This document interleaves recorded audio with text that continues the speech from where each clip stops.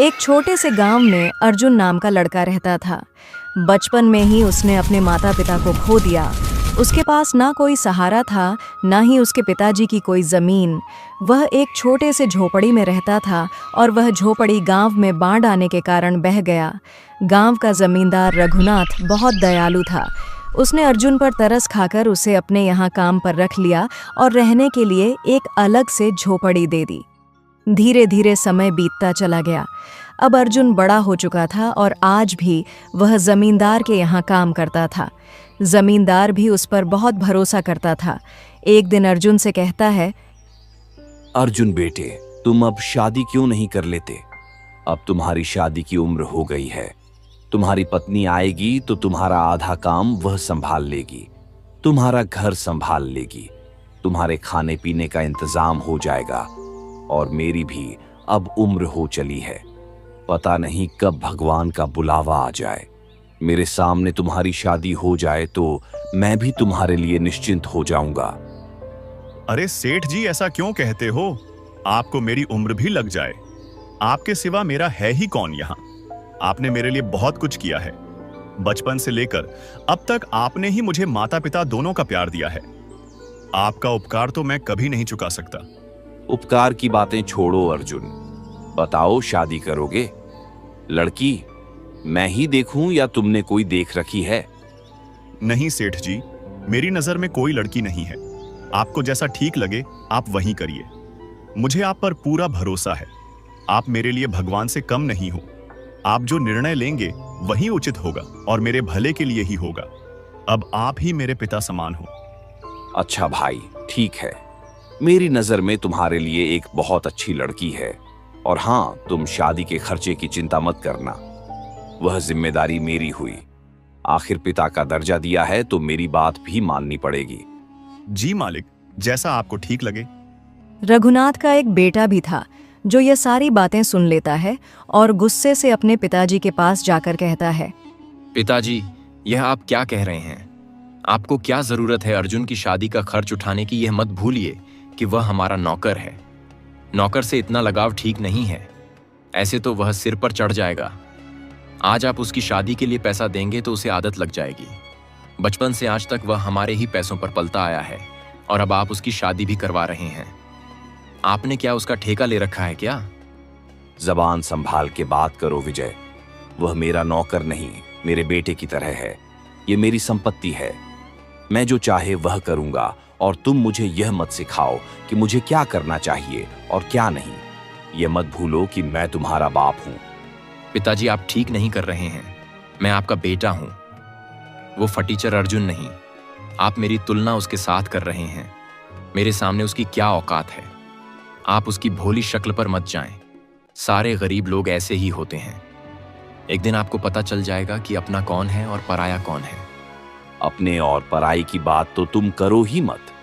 मुझे अच्छे से पता है कौन अपना है और कौन पराया। पहले जब मैं बहुत बीमार था तब कहाँ गया था तुम्हारा अपनापन? तब अर्जुन ने मेरी कितनी सेवा की, दिन रात मेरी सेवा में लगा रहा। आज मैं जिंदा हूं तो सिर्फ उसकी वजह से। तुमने तो मेरी एक बार भी खबर नहीं ली। तुम अपने नशे में धुत पड़े रहते थे। क्या मैं झूठ बोल रहा हूं? बोलो। और यहां आकर अपने पराये का भाषण दे रहे हो। चले जाओ यहां से। लगता है उसने आप पर कोई जादू टोना कर दिया है, इसीलिए आप अपने बेटे से ज्यादा उस 2 कौड़ी नौकर की तरफदारी कर रहे हो। और आपकी उम्र भी तो हो चली है। आपकी उम्र में आदमी शटियां जाता है। अभी एक काम करो, सारा हिसाब किताब मुझे दे दो, नहीं तो आप इसी तरह से सब पैसे लुटा दोगे और मेरे पास कुछ भी नहीं बचेगा। जब तक मैं जिंदा हूं तब तक तुम्हारे हाथ कुछ नहीं आने वाला। तुम्हारे हाथ में हिसाब किताब देकर मुझे अपना नाम नहीं खराब करना है। मैंने पैसे बहुत मेहनत से कमाए हैं। समाज में मेरी बहुत इज्जत है और तुम मेरी इज्जत मिट्टी में मिलाना चाहते हो। अगर तुम्हें हिसाब किताब चाहिए तो उस लायक बनकर आओ, फिर बात करेंगे। काश तुम्हारी जगह भगवान मुझे अर्जुन जैसा बेटा दिया होता। विजय वहां से गुस्से से चला जाता है। इस फटीचर अर्जुन का कुछ करना पड़ेगा। यह 2 टके का नौकर मेरी जगह लेने की कोशिश कर रहा है। उसकी तो छोड़ो, जब अपना ही सिक्का खोटा निकले तो भला क्या करें। मेरा बाप होकर मेरी जगह उस मनहूस की तरफदारी कर रहा है। यह अपमान मैं कभी नहीं भूलूंगा। वक्त आने पर दोनों को सबक सिखाऊंगा। थोड़े समय बाद रघुनाथ अर्जुन की शादी करवा देता है। अर्जुन की जिंदगी और बेहतर हो जाती है। सचमुच गीता, तुम्हारे आने से मेरी जिंदगी पूरी तरह से बदल गई है। अब तक मैं अपने सारे काम खुद ही किया करता था। खाना पकाना, कपड़े धोना, अब सब तुम संभाल लेती हो। और तुम्हारी आने की वजह से मेरा अकेलापन भी दूर हो गया है। माँ बाप तो बचपन में ही गुजर गए और फिर मालिक ने ही मुझे सहारा दिया। उन्होंने मेरे लिए बहुत कुछ किया है। उनका उपकार मैं कभी नहीं चुका पाऊंगा। आज तुम मुझे मिली हो तो सिर्फ उनकी वजह से। मालिक मेरे लिए किसी भगवान से कम नहीं। यह बात तुम भी हमेशा याद रखना। मालिक के मान सम्मान में कभी कोई कमी मत रखना। जी बिल्कुल, आप बिल्कुल सही कह रहे हैं। रघुनाथ चाचा दिल के बहुत अच्छे आदमी हैं। ऐसे ही कुछ दिन बीत जाते हैं। एक दिन विजय रघुनाथ से कहता है, सुनिए पिताजी, मुझे 10,000 रुपये चाहिए। तुम्हें इतने सारे पैसे किस लिए चाहिए? वह मैं आपको नहीं बता सकता, बस मुझे पैसे दे दीजिए। समझ गया। अपने नशे की लत और जुआ खेलने के लिए तुम्हें पैसे चाहिए, क्योंकि अब तक तुम यही करते आए हो विजय। अभी भी वक्त है, सुधर जाओ। ये सब गंदी आदत छोड़ दो। इसमें कुछ नहीं रखा, सिर्फ बर्बाद ही होगा। मैंने आपसे रुपए मांगे हैं, ज्ञान नहीं। मेरी जो मर्जी मैं करूं। आखिर यह सब पैसे मेरे ही तो हैं। मैं ही आपकी संपत्ति का अकेला वारिस हूं। मेरा जहां मन करेगा मैं वहां खर्च करूंगा। आप अपनी सलाह अपने पास ही रखिए और मुझे बस पैसे दे दीजिए। बदतमीज अपने पिता से कैसे बात करते हैं। तुम्हें इसकी भी तमीज नहीं रही। तुम दिन बदतमीज होते जा रहे हो। अगर किसी अच्छे काम के लिए मांगते तो मैं तुम्हें पैसे दे भी देता, लेकिन अब मैं फूटी कौड़ी भी नहीं दूंगा। यह धन दौलत मैंने बहुत मेहनत से कमाई है, जुए और नशे में उड़ाने के लिए नहीं। निकल जा मेरी नजरों के सामने से। तुम्हें देने के लिए मेरे पास एक पैसा भी नहीं है। अच्छा, मेरे लिए तुम्हारे पास पैसे नहीं हैं और उस फटीचर की शादी पर उड़ाने के लिए तुम्हारे पास बहुत पैसे हैं। यह आप बिल्कुल भी ठीक नहीं कर रहे। एक बार और सोच लीजिए, नहीं तो अच्छा नहीं होगा। बदतमीज अपने बाप को धमकी देता है। और कौन से पैसे तुमने आज तक कभी फूटी कोढ़ी नहीं कमाई। बचपन से लेकर आज तक मैंने तुम्हें किसी बात की कोई कमी नहीं होने दी। बहुत लाड़ प्यार से तुम्हें पाला। शायद यही मेरी गलती है, जिसकी सजा आज मुझे मिल रही है। निकल जा यहां से। विजय गुस्से से चला जाता है। अर्जुन रघुनाथ को परेशान देखकर पूछता है, क्या हुआ मालिक? आप बहुत परेशान लग रहे हो। क्या बताऊं बेटे, विजय ने मुझे बहुत परेशान कर रखा है। दिन ब दिन वह बिगड़ता चला जा रहा है। मुझे उसकी बहुत चिंता हो रही है। वह सही और गलत का फर्क भूल गया है। पता नहीं इस लड़के का क्या होगा। मालिक, आप ज्यादा परेशान ना हो, सब ठीक हो जाएगा। आप छोटे मालिक से प्यार से बात करके उन्हें समझा दीजिए। वह समझ जाएंगे। वह दिल के बुरे नहीं हैं। नहीं अर्जुन बेटे, तुम नहीं जानते। अब बात हाथ से निकल चुकी है। वह बातों से मानने वाला नहीं है। उसके लिए मुझे कोई कठोर कदम उठाना पड़ेगा। इधर विजय बहुत गुस्से में होता है और सोचता है, मैं भी देखता हूं मुझे पैसे कैसे नहीं मिलते। मुझे किसी भी हालत में पैसे चाहिए। इसके लिए चाहे मुझे कुछ भी करना पड़े। यहां भी घी सीधी उंगली से नहीं निकलने वाला। मुझे उंगली टेढ़ी करनी ही पड़ेगी। गीता, जल्दी से मुझे खाना दे दो। मुझे देर हो रही है। खेत में जाना है। बहुत काम पड़ा है। गीता अर्जुन को खाना देती है। अर्जुन खाना खाने के बाद खेत में काम करने के लिए चला जाता है। अगले दिन तिजोरी में से रुपए 20,000 चोरी हो जाते हैं। रघुनाथ अपने सारे आदमियों से पूछताछ करता है, लेकिन उन पैसे का कोई पता नहीं चलता। तभी विजय वहां पर आकर बोलता है, क्या बात है पिताजी? आप बहुत परेशान लग रहे हो। क्या हुआ है? छोटे मालिक, मालिक की तिजोरी से 20,000 रुपये चोरी हो गए हैं। चोर का कुछ पता नहीं चल रहा। आखिर कौन पैसे निकाल सकता है? अच्छा, तो यह बात है। चोर और कौन होगा? अर्जुन ही होगा। जरूर अर्जुन ने ही पैसे निकाले हैं। ये तुम क्या कह रहे हो विजय? मुझे अर्जुन पर पूरा भरोसा है, वो कभी ऐसा नहीं कर सकता। उस पर भरोसा करके आपने गलती की है। वह आपके भरोसे के लायक नहीं है। चोरी उसी ने की है। उसकी तो पहले से ही हमारे पैसे पर नजर है। आप उस पर बहुत भरोसा करते थे ना। उसको कभी कभी तिजोरी की चाबी भी देते थे।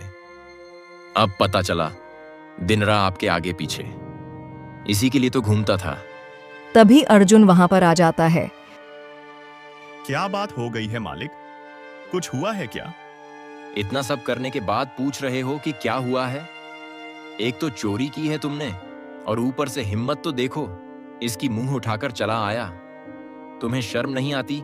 जिस थाली में खाते हो उसमें छेद करते हो। मालिक, ये छोटे मालिक क्या कह रहे हैं? मेरे तो कुछ समझ में नहीं आ रहा। चोरी और मैं राम राम राम। मैं तो सपने में भी ऐसा नहीं सोच सकता मालिक। ज्यादा भोले मत बनो। चोरी तुम ही ने की है। सच सच बताओ, वो पैसे कहाँ हैं? वरना लात मारकर तुम्हें यहां से निकाल दूंगा। तुम जैसे मक्कार को मैं अच्छी तरह से जानता हूं।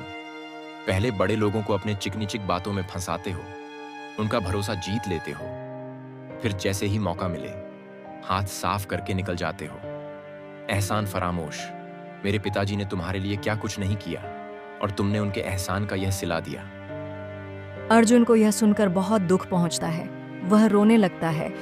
बस विजय, बस अब बहुत हो गया तुम्हारा। कब से तुम अर्जुन को भला बुरा बोलते जा रहे हो? अब और एक शब्द भी नहीं। मैं अर्जुन के खिलाफ कुछ भी नहीं सुनूंगा। मुझे सुरेश पर तुमसे भी ज्यादा भरोसा है कि अर्जुन ऐसी हरकत कभी नहीं कर सकता। अर्जुन भले ही गरीब है, लेकिन उसकी नीयत, उसकी ईमानदारी और उसकी अच्छाई में वह तुमसे कहीं गुना ज्यादा अमीर है। उसकी बराबरी तुम दूर दूर तक नहीं कर सकते। आप एक मामूली नौकर के लिए अपने बेटे का अपमान कर रहे हो। यह अर्जुन एक नंबर का धोखेबाज है और चोर है। इसने चोरी की है। इसने आपके आंखों के ऊपर पट्टी बांध रखी है, इसलिए आप सच्चाई को देख नहीं पा रहे हैं। मैं तो कहता हूं इसके घर की तलाशी लीजिए। जरूर इसने पैसे वहीं छुपाए होंगे। बस अब बहुत हो चुका बीएज। ज्यादा बोलोगे तो मेरा हाथ उठ जाएगा। मैं अच्छी तरह से जानता हूं तुम अर्जुन पर झूठा आरोप लगाकर उसे मुझसे दूर करना चाहते हो।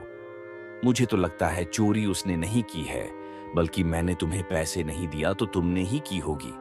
आप मुझ पर इल्जाम लगा रहे हो अपने बेटे पर। आप ऐसा सोच भी कैसे सकते हो? आपको इस नौकर पर भरोसा है और अपने बेटे पर नहीं। नहीं है, मैं सबके सामने कहता हूं, मुझे तुम पर बिल्कुल भी भरोसा नहीं है।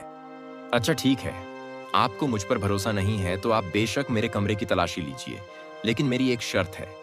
मेरे कमरे की तलाशी के बाद आपको अर्जुन के घर की भी तलाशी लेनी होगी। तभी दूध का दूध और पानी का पानी हो जाएगा। फिर क्या था? विजय के कमरे की तलाशी ली जाती है, लेकिन उसके कमरे में वह पैसे नहीं मिलते। देखा, आप सबको नहीं मिले ना पैसे। मैं आपको कब से कह रहा हूं कि पैसे अर्जुन ने ही चुराए हैं। एक बार उसके घर की भी तलाशी ली जानी चाहिए। छोटे मालिक बिल्कुल सही कह रहे हैं। अर्जुन के घर की तलाशी लेते हैं। फिर अर्जुन के घर की तलाशी ली जाती है और अर्जुन के घर में पैसे मिल जाते हैं। ये लीजिए मालिक, अर्जुन के पलंग के नीचे रखे थे। ये देखकर अर्जुन को बहुत बड़ा धक्का लगता है कि आखिर उसके घर में पैसे आए कहां से। देखा पिताजी, मैं आपको कब से कह रहा था कि पैसे अर्जुन ने लिए हैं, लेकिन आपने मुझ पर भरोसा नहीं किया। अब पता चला अपना कौन है और पराया कौन। रघुनाथ को भी बहुत बड़ा धक्का लगता है। वह कुछ भी नहीं बोलता, बस चुपचाप खड़ा रहता है। रघुनाथ एक शब्द भी नहीं बोलता। बोलिए ना, अब आप चुप क्यों खड़े हो? नहीं मालिक, यह सच नहीं है। मैं नहीं जानता मेरे घर पर पैसे कैसे आए, लेकिन मैं ऐसा काम कभी नहीं कर सकता। मैं चोरी कभी नहीं कर सकता। मालिक, मेरा भरोसा कीजिए। चुप कर धोखेबाज। आज तुम्हारी वजह से पिताजी को कितनी ठेस पहुंची है। वह तुम पर कितना भरोसा करते थे। मुझसे भी ज्यादा तुम पर भरोसा था। तुमने उनके साथ विश्वासघात किया है। तुमने आज पिताजी का दिल तोड़ दिया है। सबूत सबके सामने है कि चोरी तुमने ही की है। अब और कहने को बचा ही क्या है? पिताजी, मैं तो कहता हूं इस धोखेबाज को पुलिस के हवाले कर देते हैं। नहीं मालिक, मैंने चोरी नहीं की है। आप तो मेरे लिए भगवान समान हैं। मैं आपके घर में चोरी नहीं कर सकता। कुछ बोलिए मालिक, ऐसे चुप मत रहिए। पिताजी, ऐसे लोगों को छोड़ना नहीं चाहिए। मैं अभी पुलिस को बुलाता हूँ। नहीं, तुम पुलिस को नहीं बुलाओगे। चलो यहां से। लेकिन पिताजी, आप इसे ऐसे कैसे छोड़ सकते हैं? इसको सजा तो मिलनी चाहिए। मैंने कहा ना, तुम नहीं बुलाओगे पुलिस। मुझे कोई शिकायत दर्ज नहीं करवानी। चलो यहां से। ऐसे मत जाइए मालिक, कुछ तो बोलिए। आप मुझसे रूठ जाओगे तो भगवान मुझसे रूठ जाएगा मालिक। मुझसे बात कीजिए मालिक। खबरदार, अगर मेरे पिताजी के पास आने की भी कोशिश की, आज के बाद अगर हमारे घर के आसपास भी दिखे तो तुम्हारी टांगे तोड़ दूंगा। शुक्र मनाओ, मैंने पुलिस नहीं बुलाई। पिताजी ने तुम पर और एहसान कर दिया है, नहीं तो आज तुम जेल में होते। अर्जुन रघुनाथ को मनाने की बहुत कोशिश करता है, रोने लगता है, लेकिन उसकी बात कोई नहीं सुनता। रघुनाथ वहां से चला जाता है। गीता, यह क्या हो गया? आज मैंने अपने भगवान समान मालिक का दिल दुखाया है। उन्हें कितना बुरा लग रहा होगा। वह तो अंदर से पूरे टूट चुके होंगे। लेकिन आपकी तो कोई गलती नहीं है। और यह पैसे हमारे घर पर कब आए? किसने रखे? ये जरूर किसी का षड्यंत्र है आपको फंसाने के लिए। वो तो नहीं जानता गीता। मुझे इस वक्त मेरे मालिक की चिंता हो रही है। ना जाने वह मेरे बारे में क्या क्या सोच रहे होंगे। मुझे कैसे भी उनसे बात करनी ही होगी। मेरी बात सुनिए, अभी आपका वहां जाना ठीक नहीं होगा। आपने देखा नहीं, आपकी बात किसी ने नहीं सुनी। कोई भी आप पर भरोसा करने के लिए तैयार नहीं है। यहाँ तक कि रघुनाथ चाचा ने भी आप पर भरोसा नहीं किया। वह बिना कुछ बोले ही चले गए। मालिक की इसमें कोई गलती नहीं है। गीता, उनका दिल टूट चुका है। भले ही मैंने चोरी नहीं की है, लेकिन सबके सामने वह पैसे मिले हैं और यह साबित हुआ है कि मैं ही चोर हूं। मुझे कुछ समझ नहीं आ रहा। मैं अपनी बेगुनाही कैसे साबित करूं? मालिक को कैसे समझाऊं? अभी इस वक्त आप किसी से बात मत कीजिए। कुछ दिन बीत जाने दीजिए, फिर रघुनाथ चाचा से बात करना। अर्जुन गीता की बात मान लेता है और सारे गांव में यह बात फैल जाती है कि अर्जुन ने रघुनाथ के घर से पैसे चुराया है। सारे गांव वाले अर्जुन को देखकर बातें बनाने लगते हैं। अर्जुन को लोगों की बातें सुनकर बहुत बुरा लगता है। अर्जुन रघुनाथ की एक झलक देखने के लिए घंटों तक उसके घर के बाहर खड़ा रहता है, क्योंकि उस दिन से रघुनाथ ने घर से निकलना भी बंद कर दिया था। कुछ दिन ऐसे ही बीत जाते हैं। सुनिए जी, घर का राशन खत्म होने को आया है। आटा बस 2 दिन का ही बचा है। आप अपने मालिक के भरोसे और कितने दिन बैठेंगे? मुझे नहीं लगता कि अब वह आपको काम पर बुलाएंगे। आप कुछ और काम देख लीजिए, नहीं तो हमारे घर का गुजारा कैसे होगा? हमें तो भूखे रहने की नौबत आ जाएगी। तुम मुझे पहले क्यों नहीं बताया कि घर का राशन खत्म हो गया है? अब बता रही हो। कैसे बताती? आप दिन रात सोच में डूबे रहते हो, ना ठीक से खाते हो ना सोते हो। मेरी मानिए, आप उस बात को भूल जाइए और आगे बढ़िए। मैं अभी गांव में काम देख कर आता हूँ। शायद किसी के पास कोई काम मिल जाए। फिर अर्जुन गांव में निकल पड़ता है और एक दुकानदार से पूछता है, राम राम भैया, मैं काम की तलाश में हूँ। मुझे काम की बहुत जरूरत है। घर की हालत बहुत खराब है। क्या आपके यहाँ कोई काम मिल सकता है? आपकी बड़ी मेहरबानी होगी। तू वही चोर अर्जुन है ना, जिसने रघुनाथ के यहाँ चोरी की थी?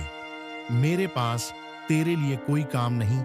क्या पता कल को तू मेरी दुकान चुरा ले। निकल यहाँ से। अर्जुन को यह सुनकर बहुत दुख पहुंचता है। वह वहां से चला जाता है। फिर एक दिन मोहन सिंह सेठ के पास जाकर काम के लिए पूछता है। सेठ मान जाता है। ठीक है भाई, तुम कल से काम पर आ जाना। वैसे भी बहुत काम पड़ा है। मुझे 3-4 लोगों की जरूरत है। आपका बहुत बहुत धन्यवाद सेठ जी। मैं कल से आ जाऊंगा। तभी वहां पर सेठ की पत्नी आ जाती है कि ये आप क्या कर रहे हैं? कोई जरूरत नहीं है इसको काम पर रखने की। आपको पता नहीं है इसने क्या किया है? भलाई का जमाना नहीं है। आप इसको काम देकर भलाई करने जाओगे और कल को यह आपका घर साफ कर देगा। आजकल के लोगों का कोई भरोसा नहीं है। रघुनाथ सेठ भाई की यही गलती थी। उन्होंने इस पर भरोसा कर काम पर रखा था। यहाँ तक कि बचपन से इसे पाला, इसकी शादी भी करवाई, फिर भी इसने उनके साथ बेईमानी की।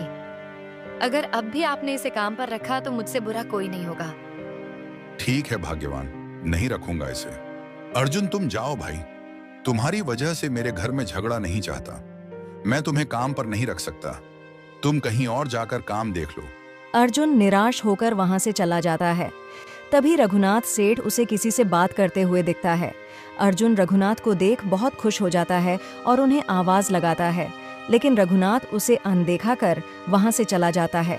अर्जुन को बहुत बुरा लगता है। वह निराश हो जा और घर चला जाता है। इधर अर्जुन की पत्नी गीता को भी गांव की औरतें ताना मारती हैं। अरे देखो देखो, ये उस अर्जुन की पत्नी है ना। मैंने तो सुना है दोनों पति पत्नी की मिली भगत है। जो रघुनाथ सेठ जैसे अच्छे आदमी को अच्छा फंसा के रखा था इन दोनों ने, लेकिन सच्चाई ज्यादा दिन तक नहीं छुपती। इन दोनों को रंगे हाथ पकड़ा है। इनके घर पर नगद रुपए मिले हैं। गीता को उनकी बातें सुनकर बहुत बुरा लगता है। वह घर चली जाती है। घर पर अर्जुन को देख गीता पूछती है, क्या हुआ जी? आप तो काम देखने गए थे ना, मिला क्या? नहीं, गीता देखने गया था लेकिन वहां पर काम नहीं था। कल फिर जाकर देखता हूं। और तुम तो सब्जी लेने गई थी, लेकिन सब्जी तो कहीं दिख नहीं रही है। क्या हुआ? सब्जी नहीं लाई? जी, वो सब्जी के दाम कितने बढ़ गए हैं। दाम सुनकर ही मैं वापस आ गई। मैंने सोचा दाल चावल ही बना देती हूँ। वैसे भी हमारे पास ज्यादा पैसे नहीं बचे हैं। और फिर दोनों चुप बैठ जाते हैं। गीता और अर्जुन लोगों की ताने की बात एक दूसरे से छुपाते हैं। फिर एक दिन अर्जुन के घर एक आदमी आता है और बोलता है, अरे अर्जुन, सेठ मोहन सिंह ने तुम्हें आज से ही काम पर बुलाया है। चलो जल्दी से। अर्जुन और गीता बहुत खुश हो जाते हैं। क्या सच में? भगवान तेरा लाख लाख शुक्र है, मुझे काम तो मिल गया। गीता, मैं निकलता हूँ। लेकिन खाना तो खाकर जाइए। आपने सुबह से कुछ नहीं खाया। उस सब बाद में गीता। मैं दोपहर में जब भी वक्त मिलेगा खाना खाने आ जाऊंगा।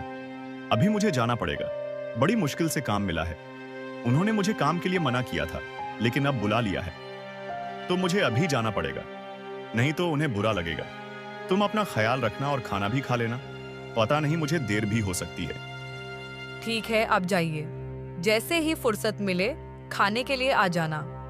अर्जुन सेठ मोहन सिंह के पास काम करने निकल पड़ता है और दिन भर मजदूरी करने के बाद मोहन सिंह उसी दिन उसे एक दिन की अच्छी मजदूरी के पैसे भी दे देता है। ये लो भाई अर्जुन, तुम्हारी आज की मजदूरी। कल से वक्त पर आया करना। बहुत बहुत धन्यवाद सेठ जी।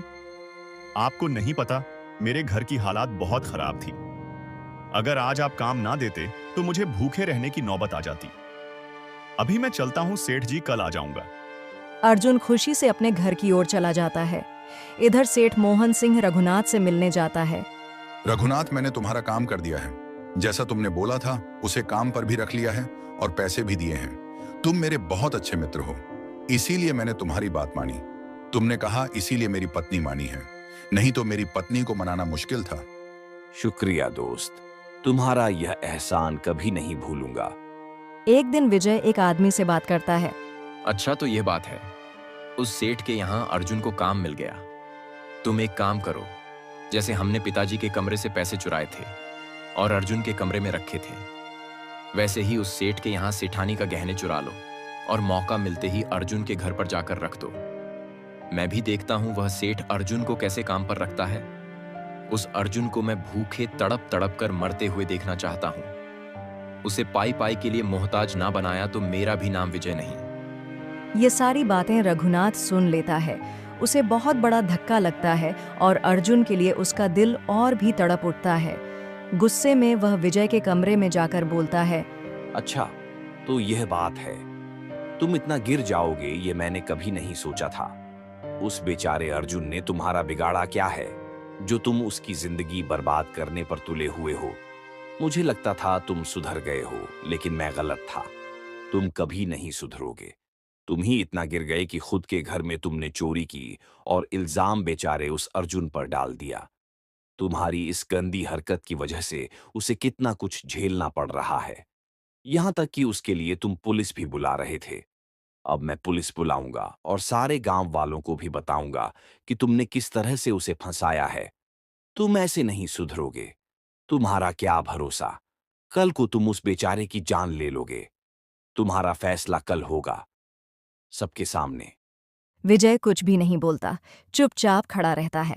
रघुनाथ वहां से चला जाता है और अगले दिन रघुनाथ सारे गांव वालों को अपने बेटे की सच्चाई बताता है और उसके बेटे की वजह से अर्जुन को जो झेलना पड़ा, उसके लिए रघुनाथ उसे अपनी 10 एकड़ की जमीन अर्जुन के नाम करता है ताकि उसे कभी किसी पर निर्भर न रहना पड़े, और उसका नौकर भी डर के मारे सच बता देता है। पुलिस भी बुलाई जाती है और विजय और उसके नौकर को गिरफ्तार करके ले जाती है।